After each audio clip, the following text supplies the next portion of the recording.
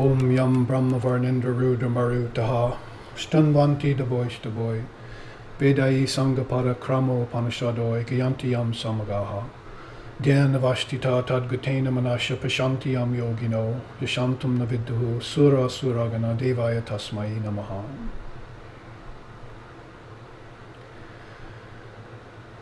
Our eternal salutations to that one who is the truth of life and existence, and whom the saints and sages call by different names. Our eternal salutations to that one whose glories are sung in the various hymns of the different religious scriptures of the world, but whose infinite and undying grandeur no mortal mind can comprehend. Our eternal salutations to that one upon whom the devotees meditate in the shrine of their hearts, realizing an ineffable presence in their deepest contemplation. May he prompt our minds toward the path of truth and righteousness. May she reveal herself into our souls and dispel the gloom of death, fear, doubt, and darkness. Om peace, peace, peace.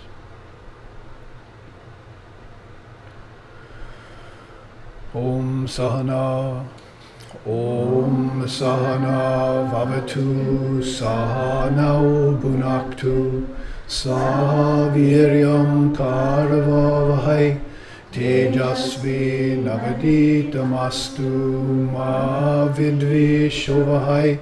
Om Shanti Shanti Shanti. May Brahman protect us, may Brahman sustain us, may Brahman illumine our thinking consciousness.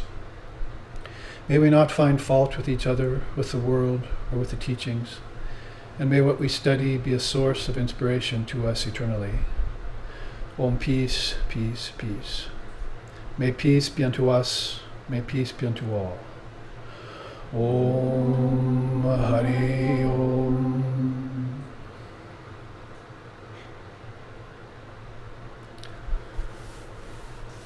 So welcome today to our class on Advaita Vedanta.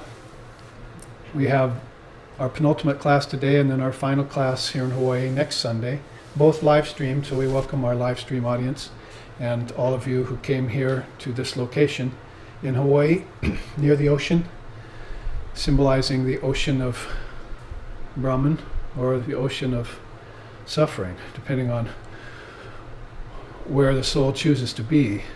In Advaita Vedanta, of course, all is Brahman. And in that very profound and pregnant saying is contained all of the wisdom of Vedanta, much of which we will go through today and in this series of classes. Advaita is an interesting word. It'd be hard to describe it or define it as oneness. Some people have said not two-ness might be better, because if you restrict it to oneness, then it limits it, and there's no limit to this limitless Brahman. Brahman is the word we use in Vedanta to signify absolute reality, which is nameless, formless, timeless, deathless, and causeless. That is Nama, Rupa, Desha, Kala, and Nimitta, those 5 Sanskrit words meaning name and form and time and space and causality, or karma if you wish, do not affect it. Just like good and bad smells pass on the air, but the air just carries them. In that same way, virtue and vice and pleasure and pain and life and death and all other dualities, as we just chanted, do not stain that stainless Brahman. It remains ever pure and ever free, and it's the subject of Vedanta, number 1 subject, maybe the only subject if you reach an enlightened state, but until you have reached that enlightened state, that is, until you've realized that your soul is pure and perfect, but your mind still needs work on realizing that, then you must pass through these phases of suffering and struggle and spiritual practice. Basically, one moves from lower truth to higher truth. That's what our great saying illustrates. Asato ma sadgamoya tamaso ma jyotirgamoya mrityur ma amritam gamoya. May we be led from lower truth to higher truth. May we be led from the unreal to the real. may we be led from the illusion of death to eternal life. So with these sentiments, we begin our Vedantic teachings every day. We look into them through the scriptures. And as we've said before, we must be sure that they're the revealed scriptures, because there are secondary scriptures and there are scriptures which are fundamentalist. If you go to the revealed scriptures, you do have that one relationship to talk about, the apparently individualized soul. Notice the care with which we define it, the apparently individualized soul, because it's a line of demarcation between creature and creator, and God and mankind is just that. It's an apparent line. It's not a real line. Mankind is God, walking around on two legs, if you want to quote Swami Vivekananda anyway. So the relationship between the apparently individualized soul and the supreme soul, the Atman and the Paramatman, two other words in which we use in the Vedanta to illustrate. In fact, I got a good question from an email yesterday about why do we use so many words for reality in Vedanta? There's Brahman and there's Atman and there's Paramatman and so forth. So I had to carefully explain, and it also happened at Satsang last Tuesday, which was also live streamed to all of our audience looking in from India and from other places, that Brahman is that boundless ocean of reality which we just defined as well as words can say. But Atman has this penchant towards covering itself with 5 layers: body, energy, mind, thought, intelligence, if you will, and ego. This, again, apparent sense of separation between God and mankind. It's called false superimposition in Vedanta, or vivarta. They have words in Vedantic circles and in Indian philosophy that very carefully specify those anomalies that are taking place in relativity and in the human mind, which causes confusion, and confusion then leading to suffering, and suffering again leading to karma, and karma making huge impressions on our mind, called samskaras, indentions or impressions in our mind stuff. Mind stuff means chitta, the thought. And so when a person is moving past the body into death, and then taking the mind with it into death, and these samskaras are going to dictate its return. So we want to make sure that these impressions, if they are run into the mind stuff, are impressions of consciousness, of awareness, of sensitivity, of mindfulness, other words that people have been using today to describe a pure mind. And last week we looked into that in terms of the Jnanamatra. Basically, we looked at the Guru Bhakti portion of the Jnanamatra. Jnanamatra, again, for those of you who are joining us new, is this intelligent particle. And it's a way of explaining, both in terms of theology and in science and in religion and philosophy. Everyone's thinking in terms of particles these days, even the quantum physicists and so forth. So we want to make a point for the fact that there are other particles than atomic. In fact, if you use that word in Vedanta, Atman, then why not say atmic particle? The atmic particle is a particle of pure intelligence. It's sentient, whereas the physical particle is not sentient, it's insentient. And of course, we've been making the connection that from the infinite, the finite has come. Purnamadaha Purnamidam, Purnat Purnamudachyate. So from the infinite being, this infinite consciousness, comes this finite world of names and forms in time and space based on causation. Nama, Rupa, Desha, Kala, Nimitta. So there's a secondary subject for the aspiring mind to encounter, is to look into those 5, that quintuplication, because quintuplications are very important. That is, sets of 5s. There are 5 elements.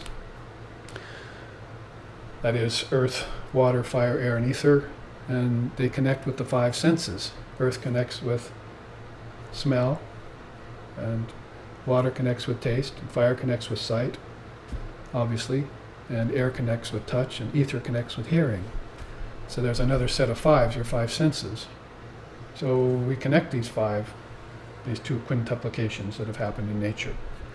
Sets of five have rolled out of the intelligent particle, is what I'm saying, and manifested. It's really nothing but the manifestation of Brahman, but the ignorant human mind is looking at it and calling it an individual reality, a separate reality from Brahman. So the whole problem of false superimposition in Vedanta, or Vivarta as I just called it, is this limited human mind taking all that is Brahman and rendering it into finite principles, and then believing in the finite principles and thereby suffering. Suffering the act of its own separation from God. You separate nature from spirit, you separate creature from creator, you separate God from mankind. So yoga is non-separation. Love of God is non-separation, ananya bhakti. So yoga comes forth at that time in human history to make these connections for us, or to reconnect us.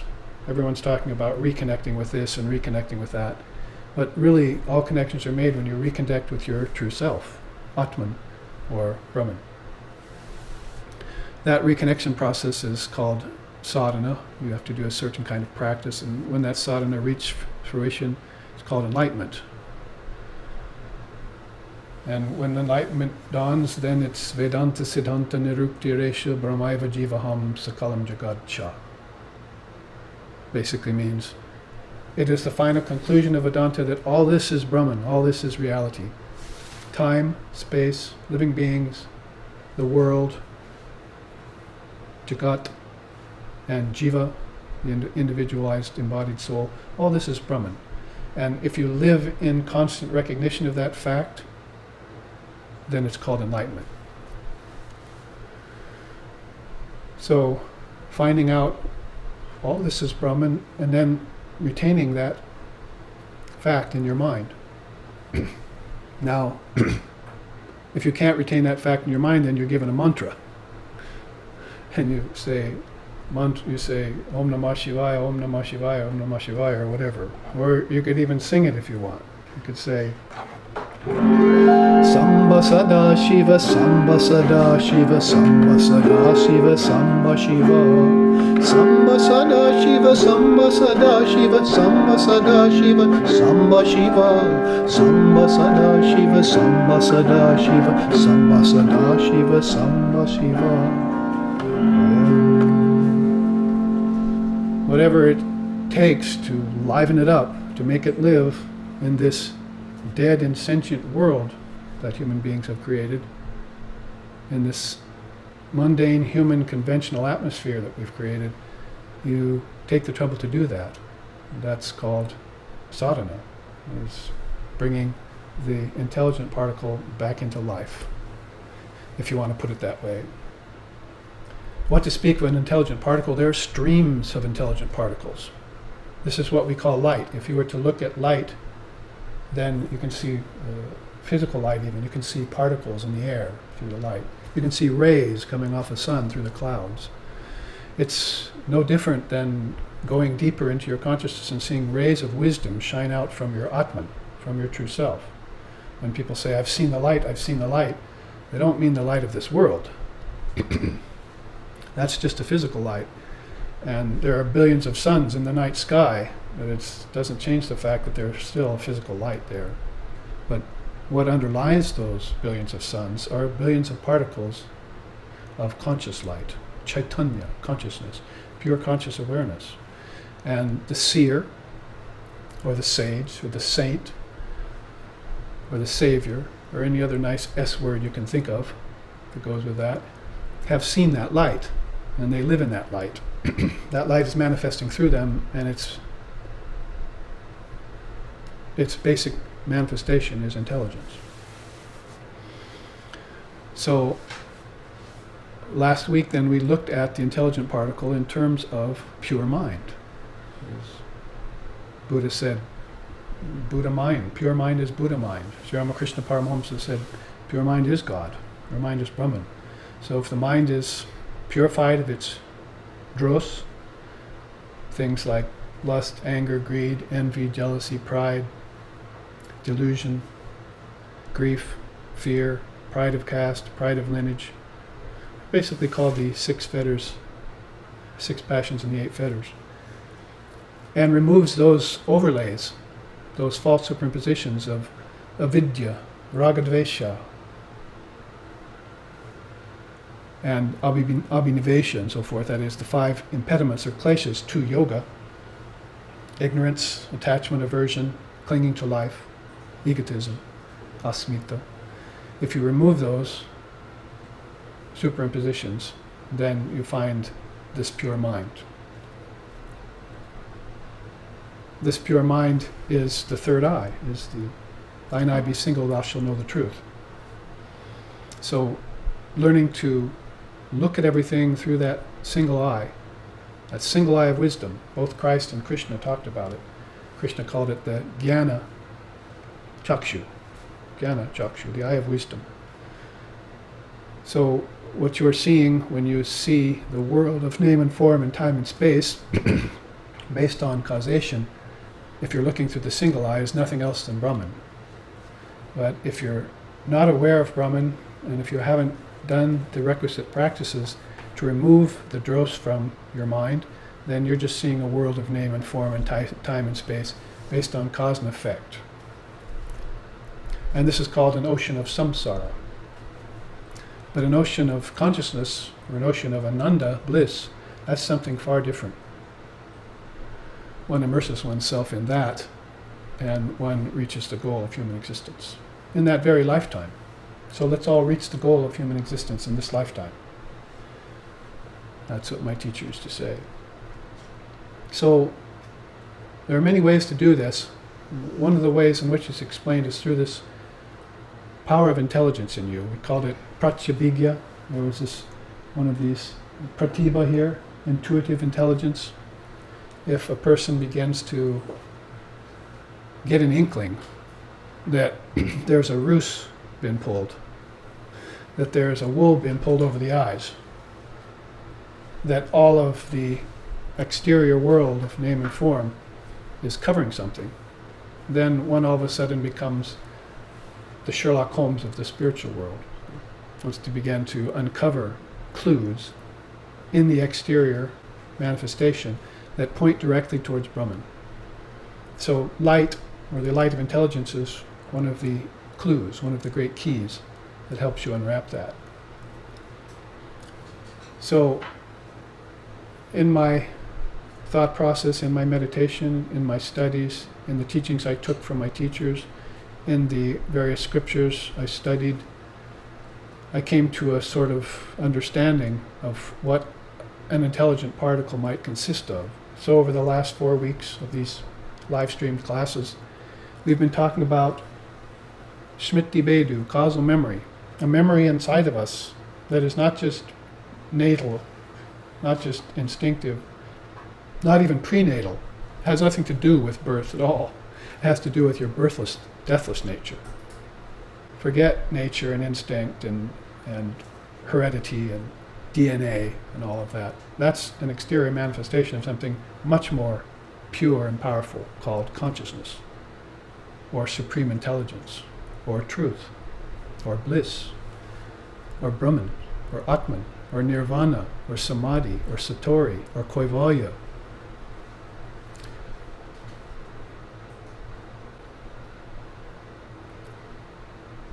That causal memory then is to be uncovered. If it's uncovered, one remembers one's past lifetimes. Krishna talks about that in the Gita. I've lived many lifetimes, Arjuna, so have you, but I know all mine. You have not uncovered yours yet. So there must be a soul here, and many souls probably, who are living again and again and again and again and never remembering who they were or who they are. It's probably more to the point. But even the personality that they were in the past. Yet it's written all over them, on their features. How close or far apart their eyes are, how big their nose is or how small, what their ears are shaped like, if their chin is cleft or prominent or withdrawn. what the cranial vault looks like, the way one walks, the way one speaks, the way one acts. All of this is your past lifetimes written on your present body. Look in the mirror and check it out, as they say. Used to be a meditation when I was in the 60s, is you just looked in the mirror into your own eyes, and that was a meditation you did that day. You can see everything imprinted there. And like I said, it goes far beyond DNA and heredity and physiognomy and so forth. It's a kind of spiritual physiognomy. You can tell where you've been by looking in the cracks of your consciousness. And so the great scriptures of India say when you uncover the series of past lifetimes, then you have the key to your birthless, deathless nature. There must have been a witness that was looking on when all of those births and deaths took place, and I remember it. And that I that remembers it is the true me. It's the I am, or I am that, or thou art that, tat tvamasi. So that witness consciousness is another part of this intelligent cell, Sakshi Chaitanya, witness consciousness. So through the memory of your causal body, that is before you were, when you were still in a disembodied state, or when you go into a disembodied state, there is, through that memory can be traced a witness consciousness that exists in you, that knows everything. All the kingdoms of heaven are within you. That's the witness consciousness which tells you that. My Father's mansion has many chambers. It's the witness consciousness that's telling you that. I and my Father are one. It's the witness consciousness that's telling you that. So first you have to trace the memory of it. You have to recall. And that happens through a combination of your intuitive intelligence and your causal memory. So those were two very strong facets of the whole cell. And this is just one cell in a stream of cells that are flowing through you, through your mind. And also which are making up all these objects here. They're all made of intelligence. You can put it that way. Everything is a manifestation from your own mind. God had nothing to do with it. Brahman is formless, so don't bring him into the realm of name and form. Brahman is a substratum only. That's why Vivekananda said, God is not in the world. The world is in God. So you have to take a different perspective, turn your mind around and look at all of this as existing in Brahman. But Brahman is not in it. Have you seen pure consciousness anywhere in the realm of name and form? Name and form covers pure consciousness. That's the nature of the thing. Basically, if you have a nice pool and there's a green scum over it, and you remove this green scum with your hands, and you can see yourself, but the green scum comes dancing back and impedes your vision of who you are. So this green scum called Maya, or false superimposition, or Vivarta, or Adhyasa, false reflection, ignorance, covers the true nature of Brahman, which is formless. That's why you can never bring God into the world, because God is not a form. We've been trying to objectify God from time out of mind, and we've never succeeded. And in our attempt, we've been throwing up all these queer creatures of our fancy. Angels, children, buildings, lands, atmospheres. Trying to objectify the formless Brahman. Can't be done. Give it up.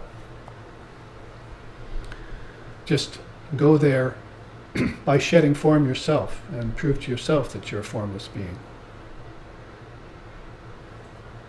If there's any nobility of all in coming into form, the real nobility is to giving up form, not having anything to do with matter, because matter is insentient, because matter goes through the 6 transformations: birth, growth, disease, old age, decay, and death. Who wants those? But if you take form, then you're going to take those 6 transformations as a matter of course. There's no way out of it. Birth, growth, disease, old age, decay, and death will follow you into form. So this is the reason why this is not just a philosophical teaching, it's your route to freedom.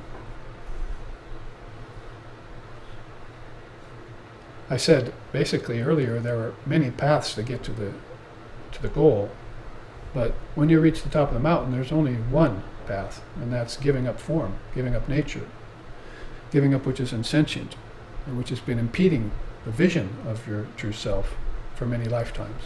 So your causal memory, you can look back and see all the many lifetimes you took when you tried to objectify your true nature, turn it into an object, into a body, into a brain, into a system, into a world, into an akasha, into a loka, into a realm, into a heaven, into a earth, into a hell.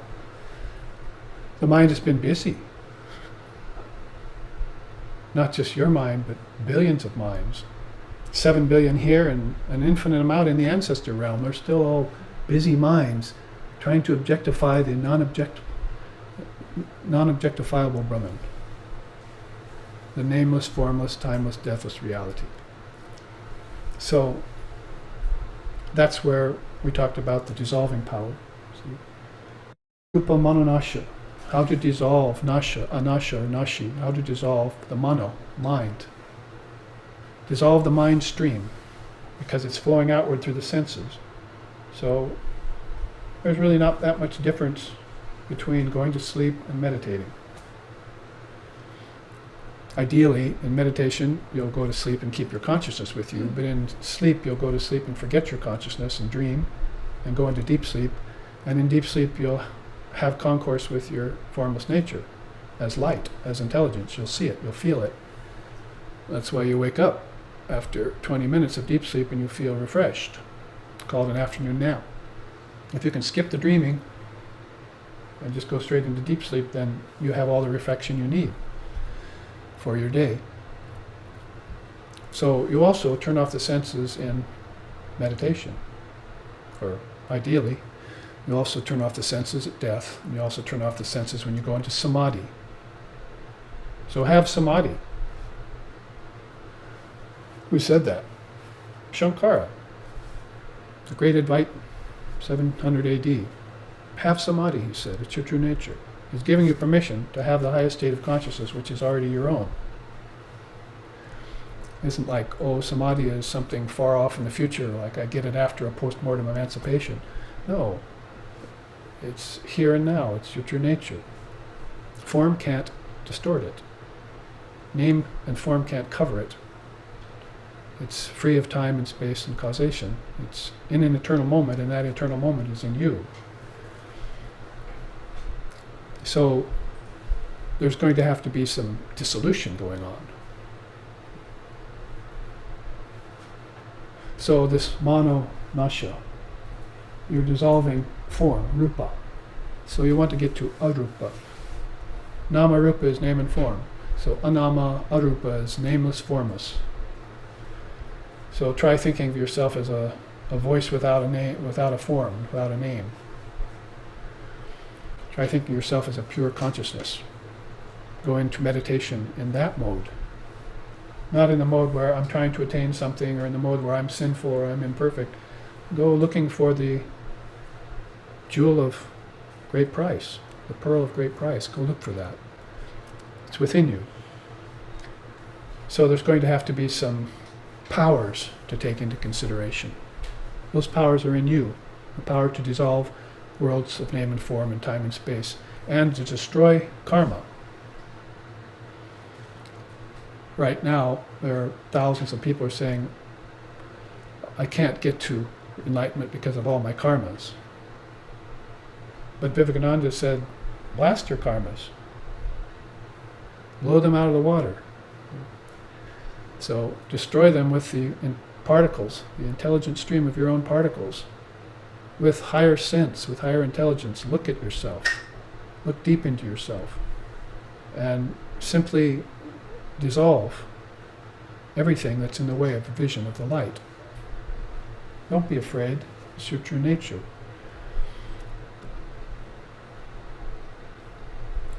Sri Ramakrishna once said to Swami Vivekananda, if you saw this bowl of nectar and you were a fly, what would you do? He said, I'd perch on the edge of the bowl and crane my neck over and sip the nectar, but be careful not to fall in, so I wouldn't die.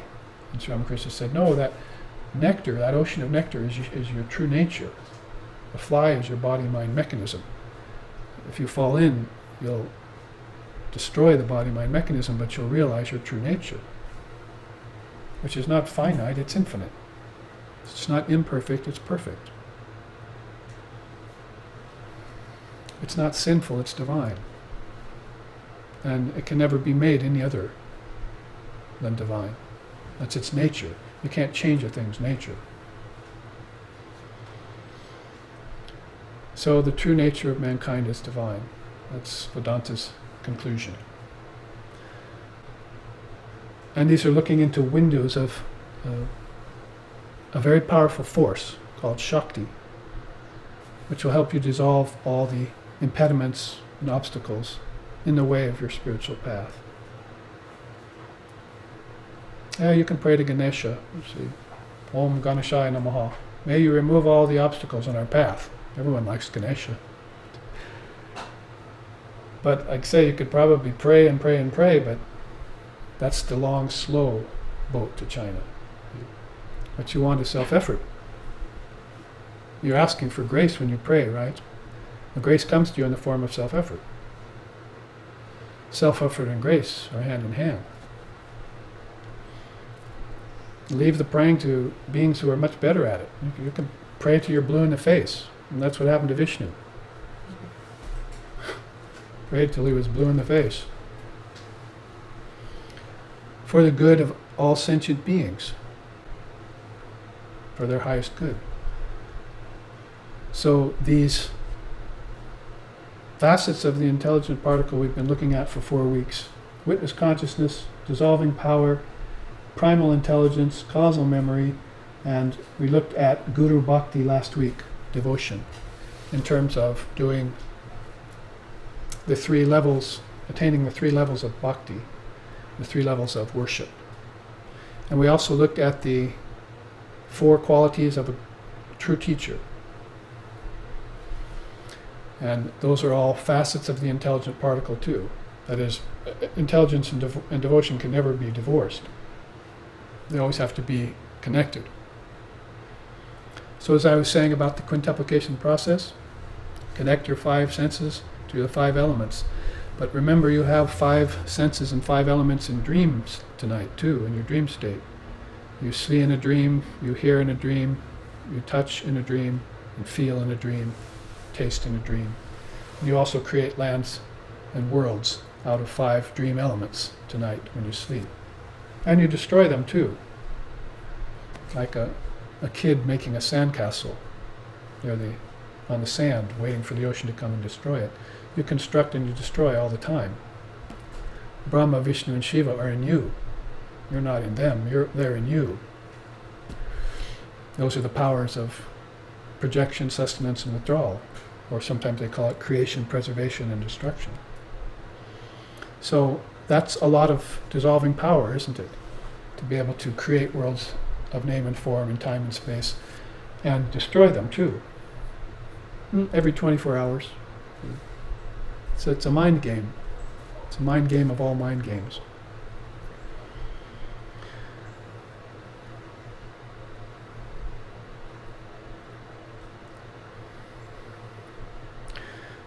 Now, we talked about, in this sort of review that we're doing right now, the cell wall. It's got retentive memory, it's got the force of intelligence in it, it's got projecting power, and it's got pervading quality. Those are 4 things to think about. There are Sanskrit equivalents there for those words if you want. Smriti, Chit Shakti, Sankalpa Matra, and Vyapakatma.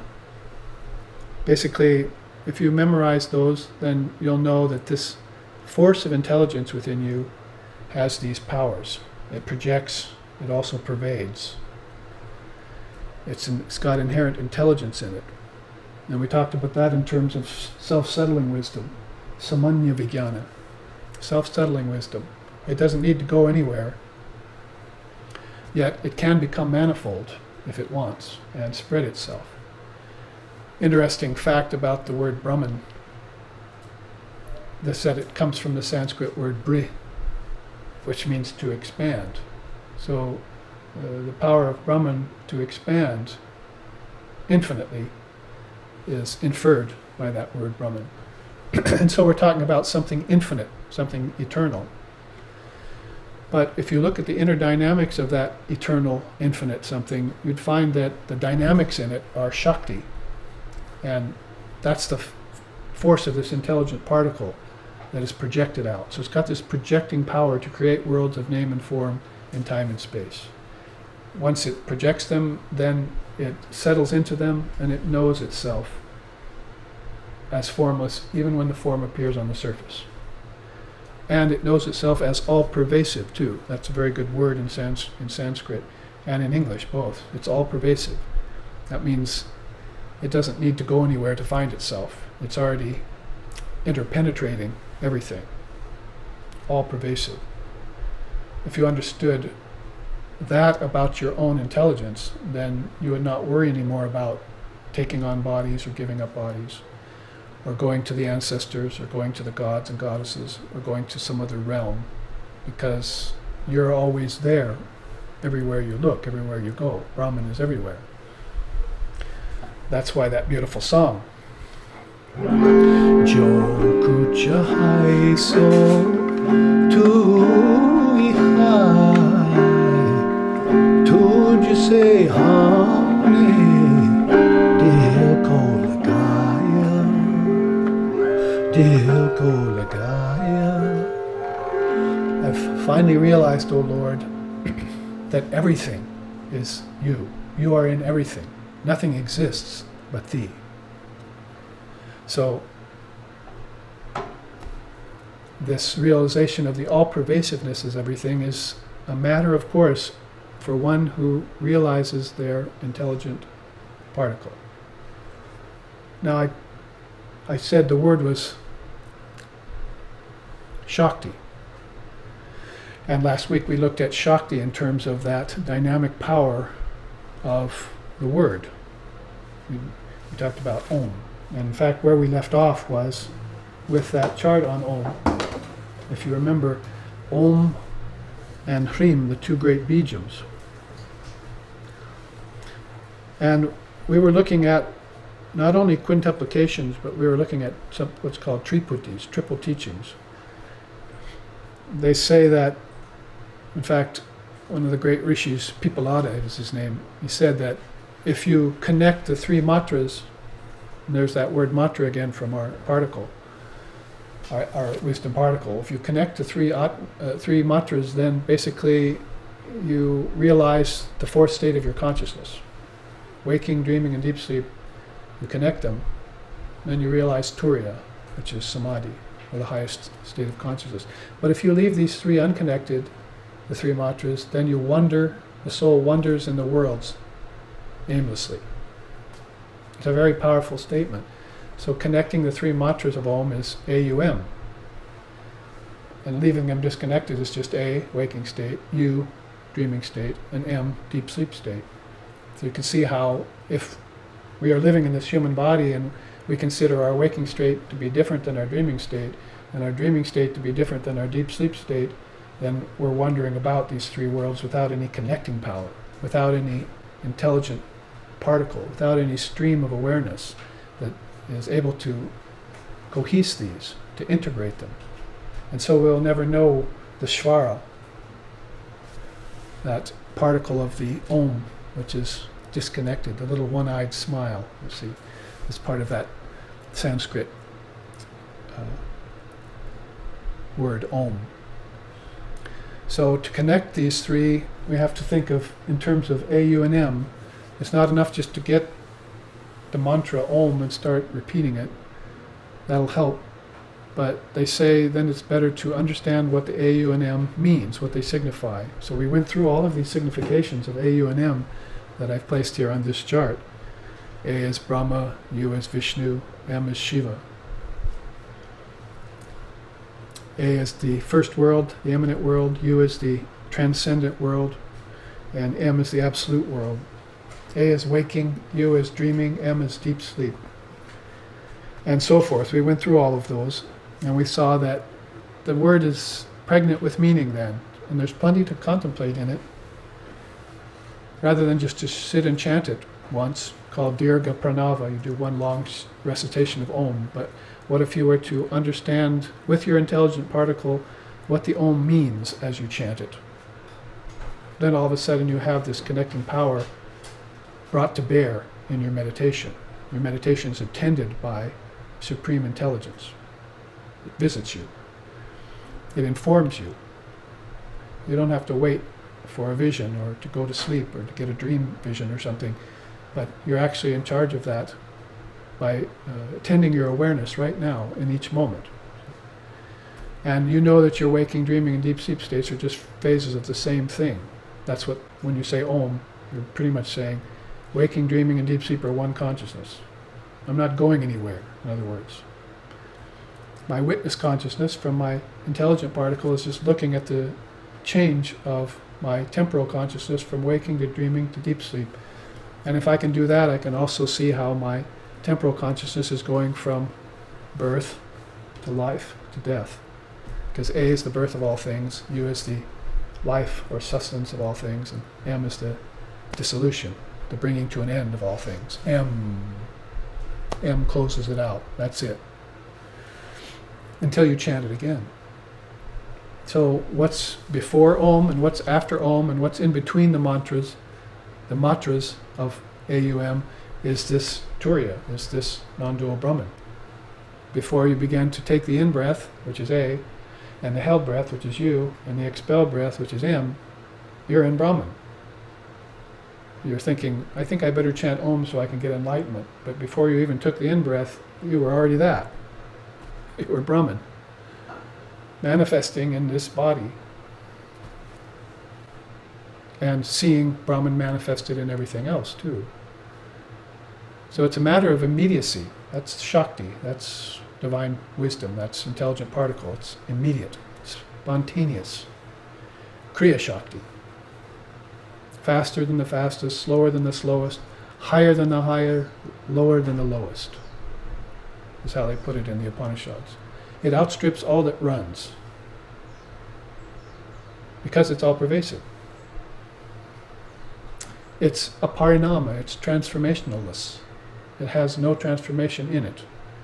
All transformations take place on the surface of it like waves on an ocean, but the depths are always one homogeneous mass of undivided bliss and consciousness, which is what you experience in deep sleep, but you don't wake up remembering it. So this natural tendency towards formlessness in deep sleep, if it's practiced in meditation with consciousness, removes the fear of death. They say, does anyone breathe in when they die? The last thing they do is exhale, right? Ha. Ha is the bija. H-A, ha. It means the destruction of everything. So you're giving everything up. You're letting everything go with that long out-breath that never ends. And you just merge into Brahman. All names and forms are soluble into Brahman, into the ocean of Brahman. Now, the sages say, and that's why I went back to this chart, because it's where we ended up last Sunday when we ran out of time, is that it's a matter of Shravana, Manana, and Nididhyasana. It's practice of Om with your, that is, if you want to say, how is my intelligent particle going to get charged up? As Sri Ramakrishna Paramahamsa used to say, charge up the chitta. So it's, make your mind like a hot air balloon. It always wants to go up. But make sure you throw the sandbags out, too. Because it might have hot air in it, helium and so forth, but the sandbags are keeping it down. So throw out all the sandbags of impediments and obstacles and various weights that are there in your consciousness, and then naturally ascend. You're buoyant. You see. Swami Vivekananda used to talk about your seating posture, your asana. Ekasana is one posture, that's all you want.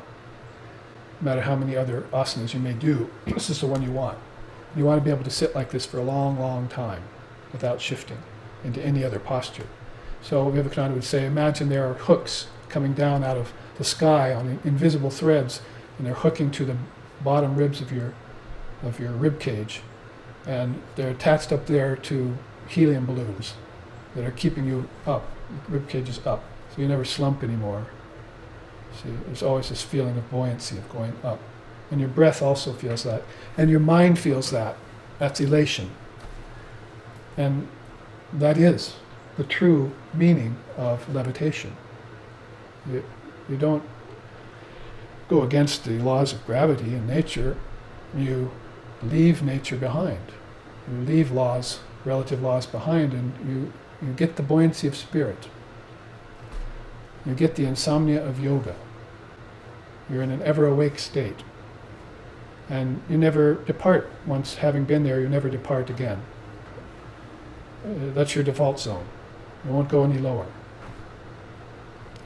So your intelligent particle is very much involved in this process. It's called Shravana, Manana, and Nididhyasana. First, you must hear. That's what you're doing right now.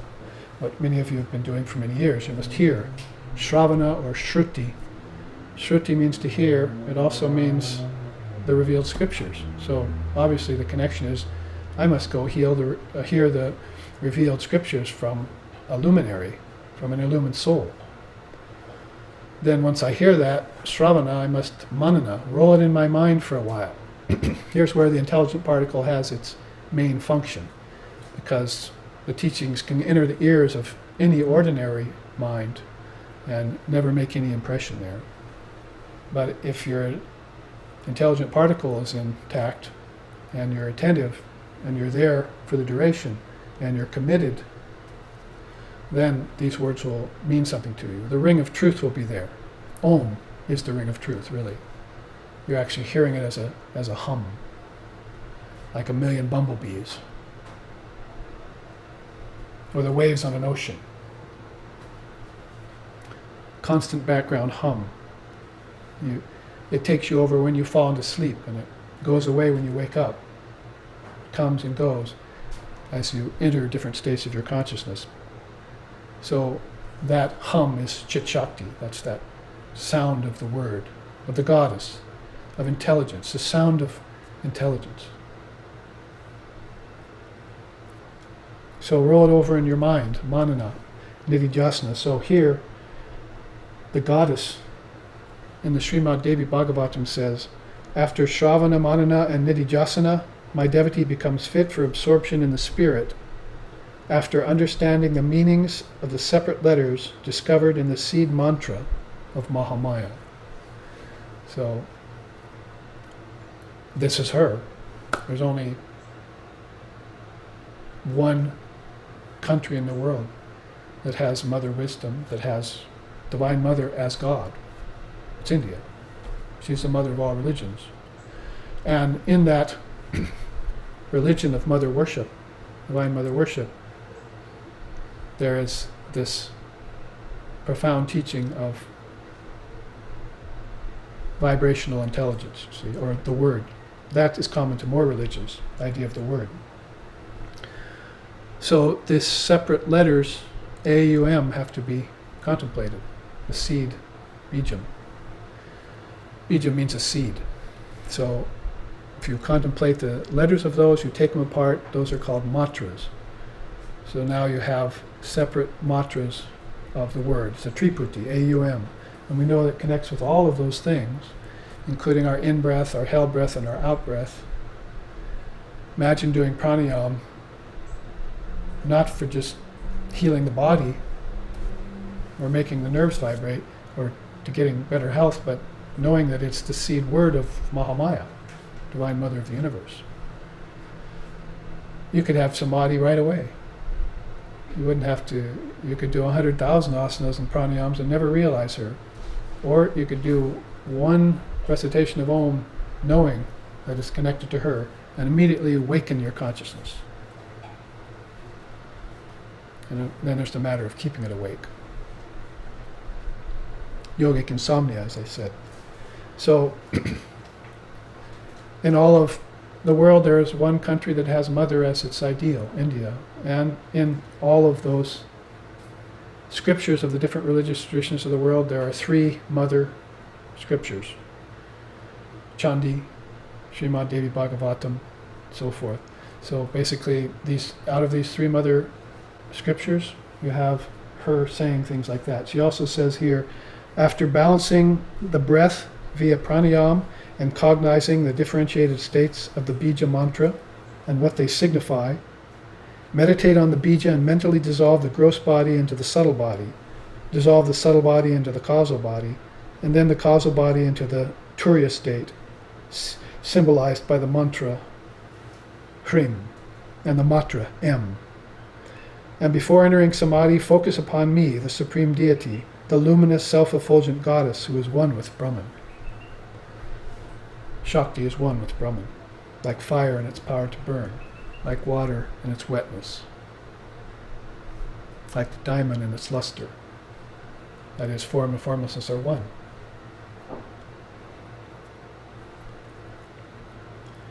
Form is emptiness and emptiness is form, if you want to go to the Diamond Sutra and read it there. So you can see here by the import of this sloka from the Srimad Devi Bhagavatam, stated by Mahamaya herself, that dissolving power is very important. And it's not like you're going to go jump into a vat of acid and get the whole thing over in a few seconds. But you have to do this because the bodies will just be produced again, no matter what you do with them. So if you want to end the production of bodies in ignorance, which I would highly advise, try and be born in consciousness, not in ignorance, if you're going to be born at all. Because remember, your true nature is birthless, so it's really kind of a contradiction to say I'm born. So whatever the case may be, if you're going to do that, to be born in pure consciousness, then practice dissolving the gross body into the subtle body, and the subtle body into the causal body. So here's three different states of your consciousness, again, represented with A, U, and M. My gross body, made of 5 elements. My subtle body, made of the mind, everything which is inside me, my thought, and so forth. And my causal body, which is indeterminate.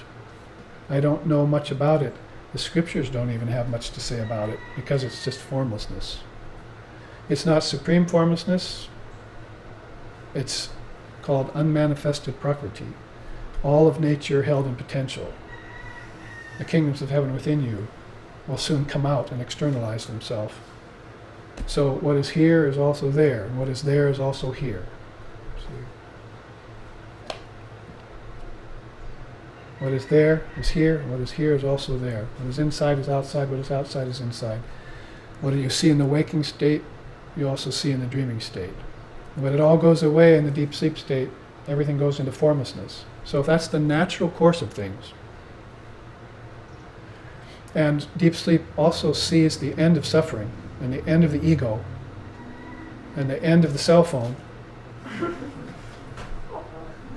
and the end of all words, then maybe we should try and experience that while we're awake, while we're living, while we're meditating.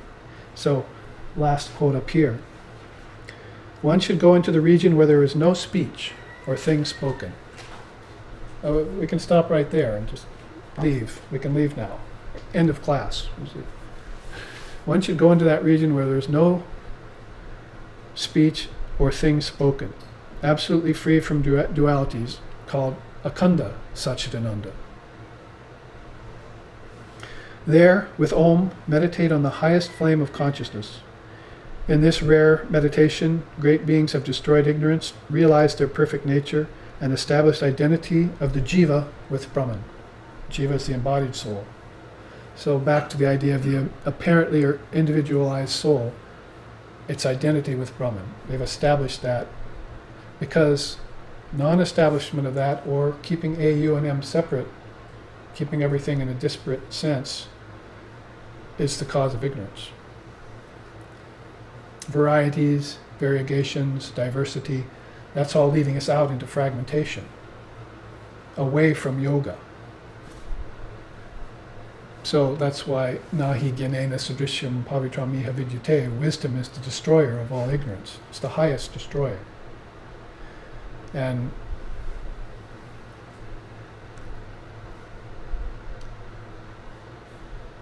also when one makes one's eye single, one sits.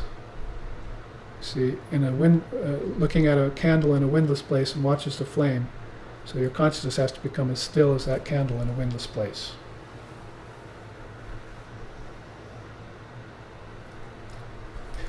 So these three quotes from the Srimad Devi Bhagavatam, from the goddess herself, I wanted to elucidate a bit on today, because it was where we left off last time, and it's very much a part of the wisdom particle, especially in the sense of this dissolving power. Now, I also wanted to continue on with the completion of this chart on Om, on the word, the great cause, Omkara, because we didn't quite finish all of that either, but it gives us a good idea of the dissolving power and the projecting power. Remember, part of the cell wall, it's projecting. Intelligence can project. It can also withdraw, and it can also remain settled in a state of contentment. And so it has intelligent power in it, which it can use for any of these three ways. Again, another triputi, isn't it? Projecting, sustaining, and withdrawing, if you want to put it that way. Now, when we looked at this, we didn't read the quotes. This was 2 weeks ago we looked at this chart. Let's see what Sri Ramakrishna has to say about the bell. He says, "It has been revealed to me that there exists an ocean of consciousness that is without limit. From it comes all things of the relative plane. Therefore I give the illustration of the bell sound, tom. The strike of the bell is like the falling of a great weight into the ocean. Waves rise on all sides. Spiritually speaking, the relative rises from the absolute. The causal, subtle, and gross worlds and bodies appear out of the great cause. The waking, dreaming, and deep sleep phases rise out of Turiya. And just as millions of Brahmandas, those are worlds, rise in the ocean of the Chidakasha, they also merge in it again. The Leela merges into the Nitya."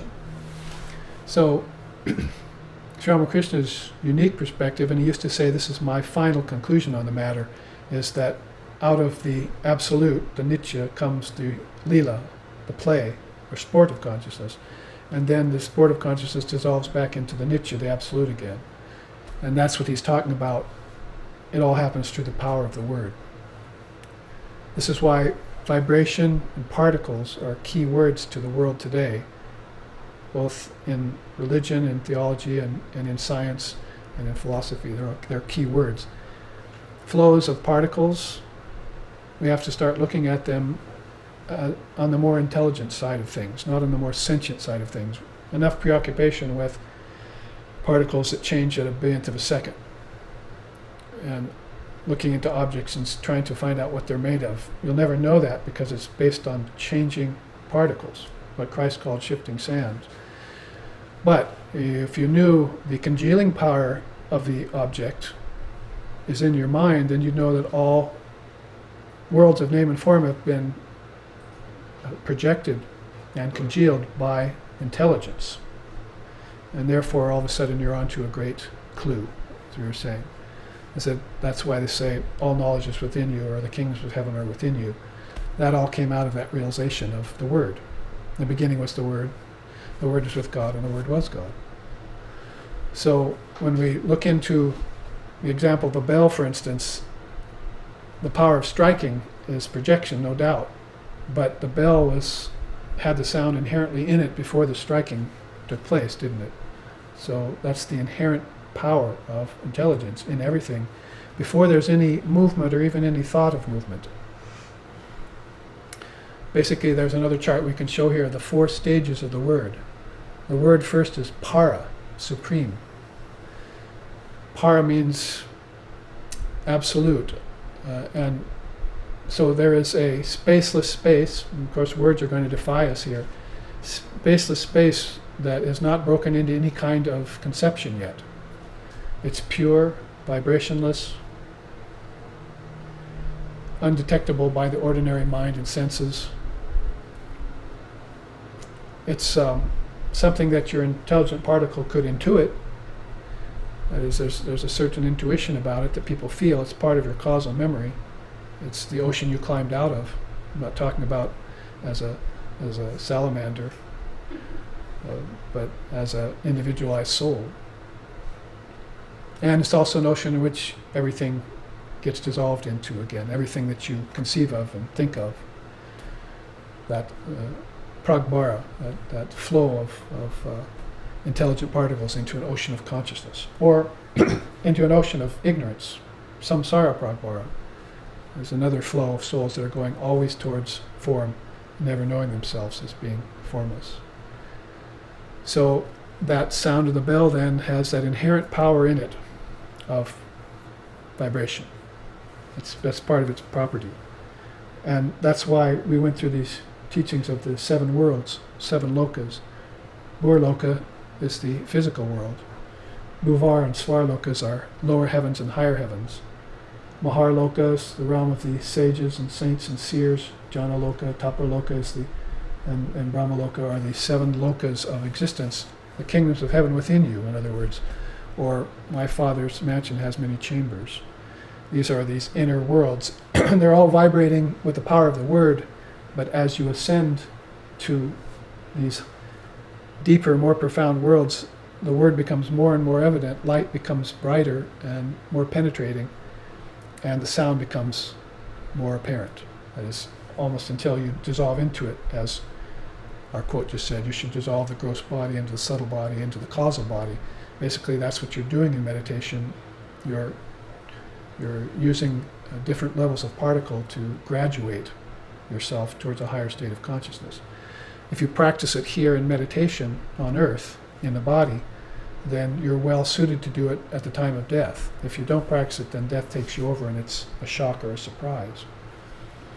So a conscious birth would be, and a conscious death would be optimum to the bodhisattva, or to the jiva mukta, a being who wants to reach eternal life, realize immortality, and not fall into the ocean of ignorance again.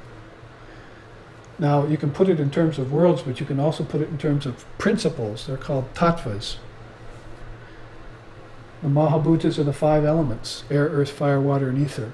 The karmendriyas are your 5 active senses: walking, excreting, procreating, and so forth. The Gyanendriyas are your 5 wisdom senses, cognitive senses: tasting, touching, hearing, seeing, and smelling. The tanmatras are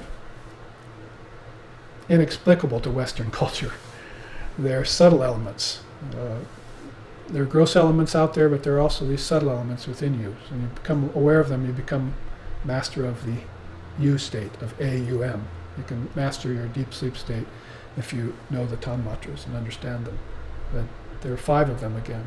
So a very missing link in our understanding in the West.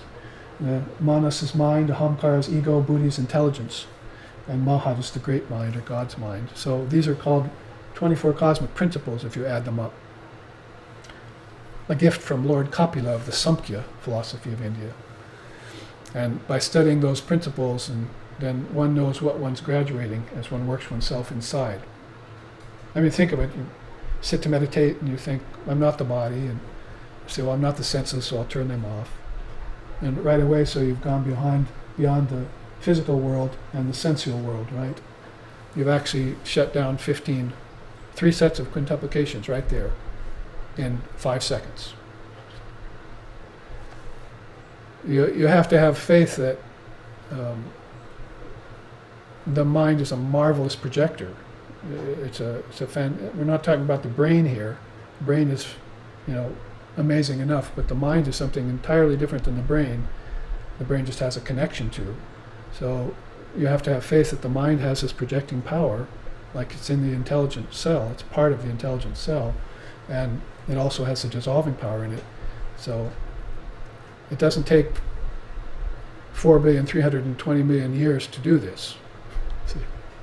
That's the Mayic view. That's the view of time and space and causality from the insentient brain view. You see? But it's not the view of the seer of consciousness, who knows that it isn't even taking a second to do that. Time isn't passing at all. Time is illusion. Time goes away in deep sleep, doesn't it? Time goes away in a coma. Time goes away at death. Time certainly goes away in samadhi or nirvana. So what is time after all? Time becomes malleable as these worlds, as you enter into these worlds, slows down in Burloka. In heaven world or in dream state, it takes on a whole dimension of its own. By the time it gets to Brahmaloka, the realm of Lord Brahma, then 4,320,000,000 years is like one of his days, and another 420 million years is one of his nights. And so he's got many days and nights in his lifetime. You see how time just is elastic like that.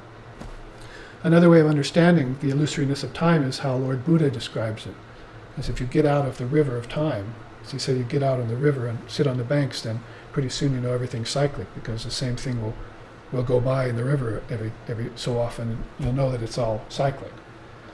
He did it not just on a physical river, which is just a metaphor, but he did it by sitting under the bo tree for 49 days and going into nirvana. Pretty soon he saw everything returns, and that's one of his great teachings. Everything returns. Now you could walk away from a conclusion like that, a siddhanta, and say, okay, I know everything returns, but you never got free of everything that returns. The whole purpose for coming to know that everything returns is that you want off the merry-go-round. If everything is constantly going in cycles, then you want to get out of the cycles. You're done.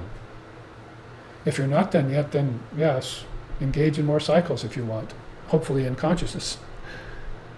But the ultimate state of consciousness that was proclaimed by Buddha and Christ and Krishna and Ramakrishna and others is to get into your formless nature, consciously, with thine eye single, made single, and know the truth. So that's why, whether you look at it in terms of worlds, the 7 worlds, or you look at it in terms of the 24 cosmic principles, this sound of Om is vibrating with an intelligent particle that is all-pervasive and stationary and static and still. That's why you go into stillness, in order to contemplate it. But it has the power to project worlds of name and form and time and space, to sustain them and to withdraw them, all without changing its vibrational level. Just like a bell remains the same after it was struck, during when it was struck, and before it was struck. It's the same bell. It has all the inherent power in it that was there before the cycles of vibration that came out of it. So don't flummox your mind with 4,320,000,000 year cycles as if they were something. They're nothing. They're a blink of an eye when you're in deep sleep, when you're in death, or when you're disembodied. Certainly when you're in samadhi. Think more in terms of this eternal sound of Om, which is always going on, which he said so nicely. It has been revealed to me that there exists an ocean of consciousness that was without limit. If you just took that one sentence of the Paramahamsa alone, that would be enough to suffice, wouldn't it? Basically, you would feel that you are Brahman, and that's all that matters. I am pure consciousness. Aham Brahmasmi. I am that Brahman. And the word proves it to me again and again.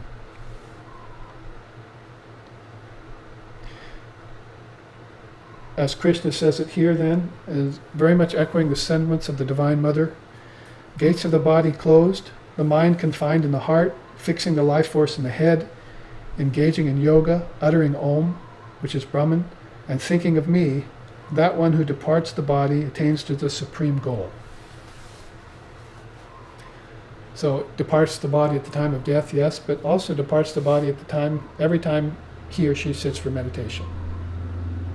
So you can put it in terms of dissolving the gross body into the subtle body, which would mean your 5 elements into your 5 subtle elements, and your 5 senses into your 5 subtle senses. This is a way to do it tattva again, by wisdom principles. Or you can do it the way he's saying it here. Just sit, close the 9 gates of the body. You know what 9 I'm talking about, if you count them up. Confine the mind within the heart. That is, there's the best place for meditation, right there, the size of a thumb, see, in the chamber of the heart. And fix the life force in the head. That life force means prana. So that divine energy that's flowing through you, that prana, fix it in the head. So now you have a sort of a two-way concourse there, head and heart. They call it Meda Kendra. Meda means intelligence. It's one of our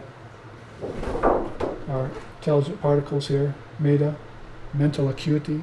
And Kendra means heart. So the combination of the mind with the heart. You see how complete it is. Some people are saying, oh, I just follow the path of the heart. Some people, no, I'm an intellectual. You see, what about just putting the two together? Is that going to be beautiful?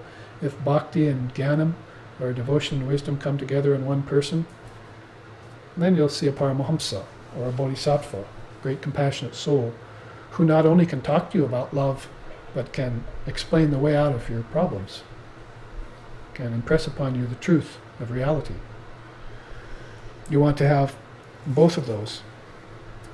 So, gates of the body closed, mind confined in the heart, fixing the life force in the head, engage in yoga. Yoga means union. I am one with Brahman. And utter Om, which is Brahman. In case that's not enough, think of me. It's called Ishvara.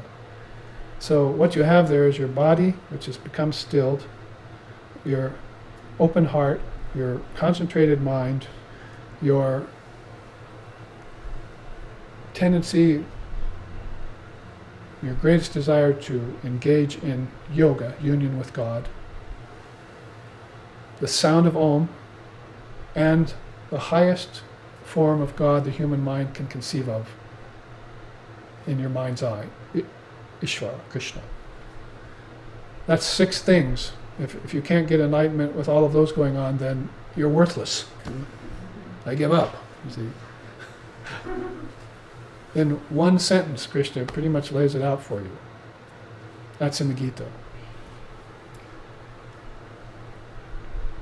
That one who departs the body with these elements intact attains to me, attains to the highest level of consciousness, and can do it at will, can come in and out of the body at will. So it really doesn't matter anymore whether you're embodied or disembodied. That's a duality, because Atman can never be embodied and it can never be disembodied. It's the foundation upon which all bodies are taken and upon which they're given up. And that's what the ocean is telling you all the time. You can surf it, you can sail it, you can fish it.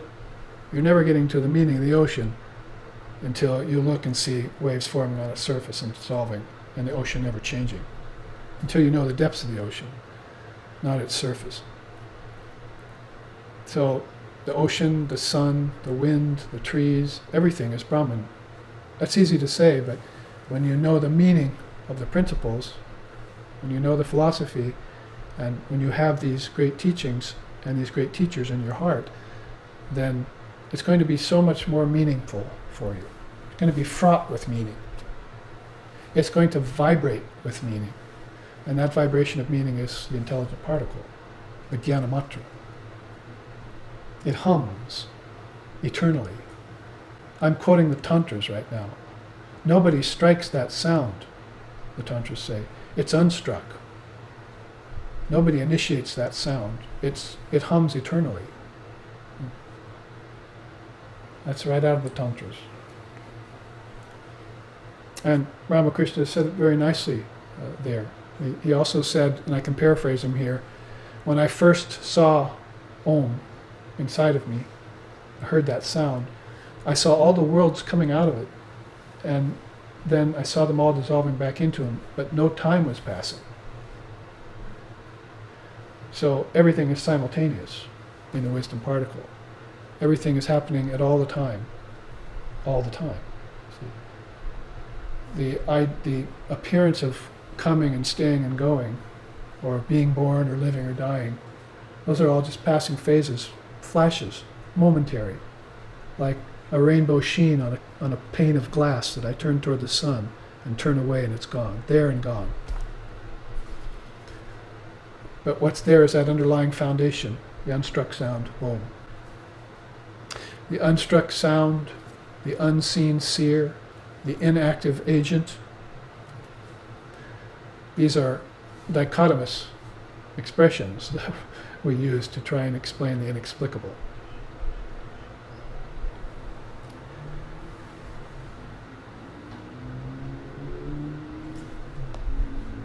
Now, going back and finishing up some of these strings of teachings that we took in the last couple of weeks, there's the reference to Nitya and Leela that I was just talking about. The Nitya is the eternal, the Leela is its sport. So Ramakrishna says, it is my final opinion on the matter that everything starts in the Nitya, which means the absolute, comes into the relative, Leela, which means the sport of consciousness, and then goes back into the Nitya again and dissolves itself. So again, kind of three movements. See? But notice how he didn't ever say anything about the Maya in the quotient. He just said Nitya, Leela, Nitya, didn't he?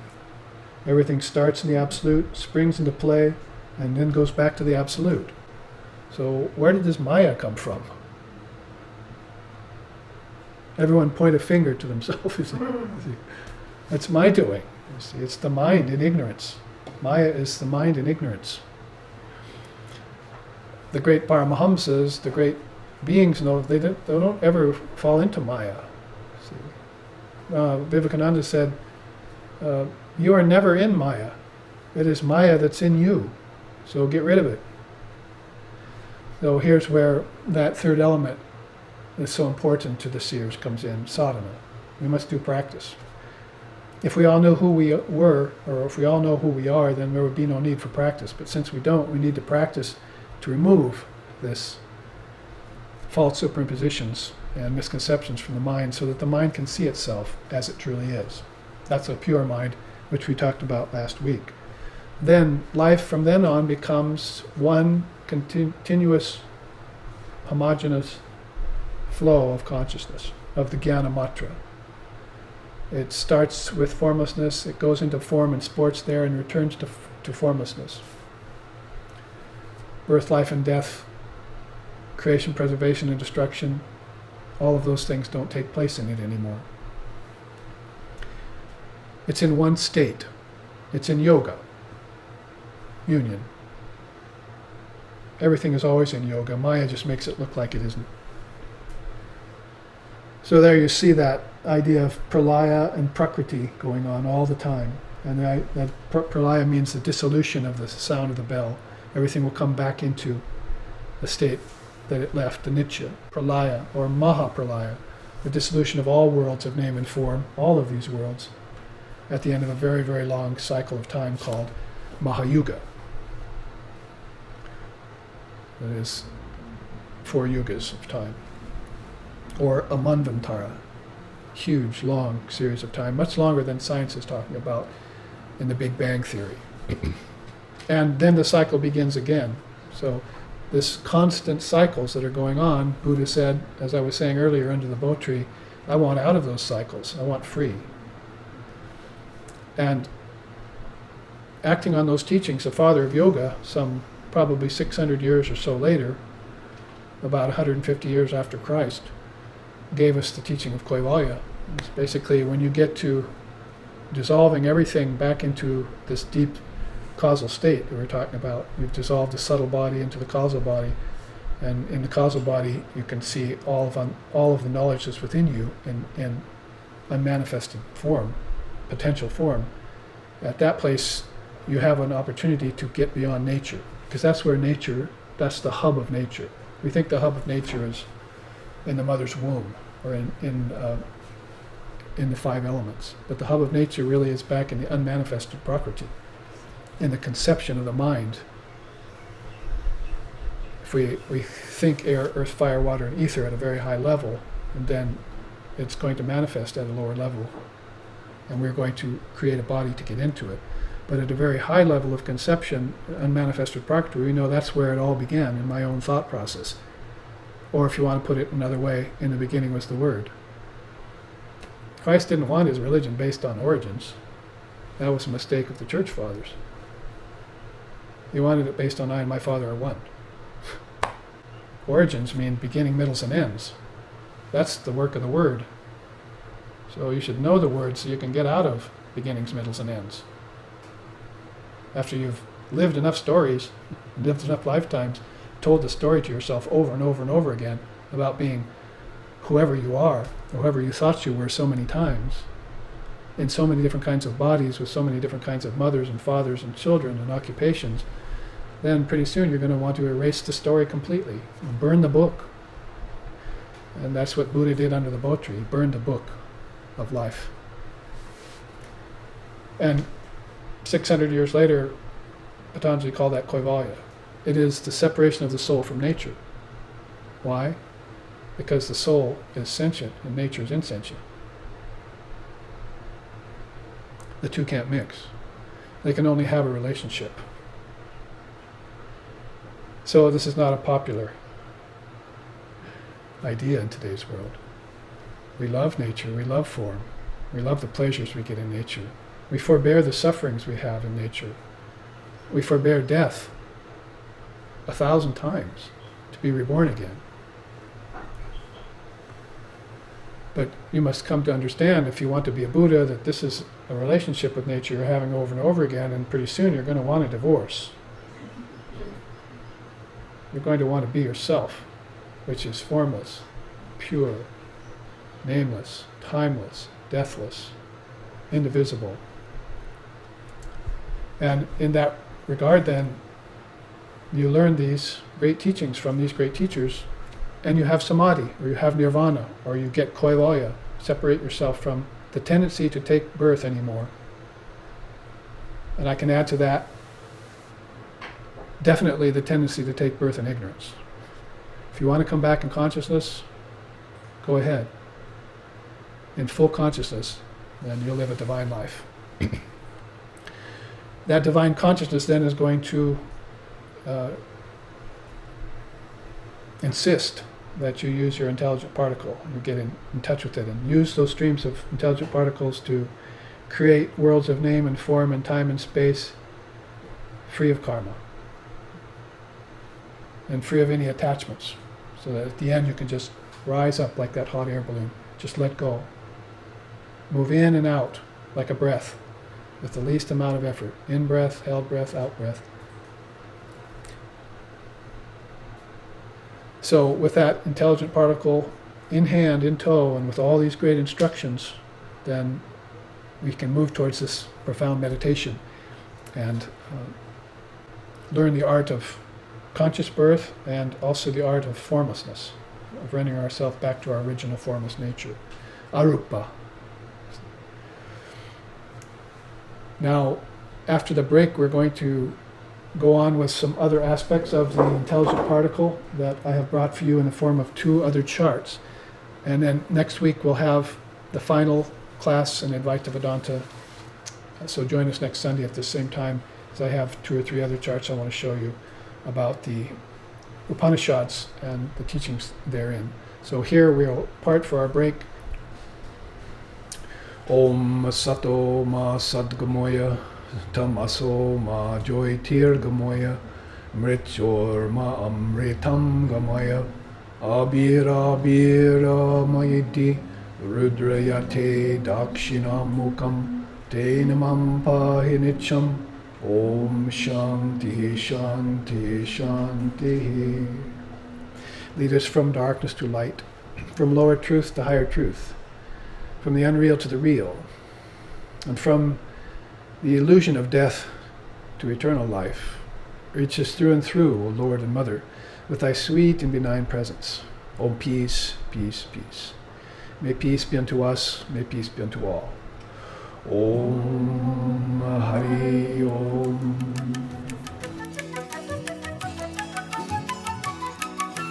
Rama Krishna Shravanam, Rama Krishna Smaranam.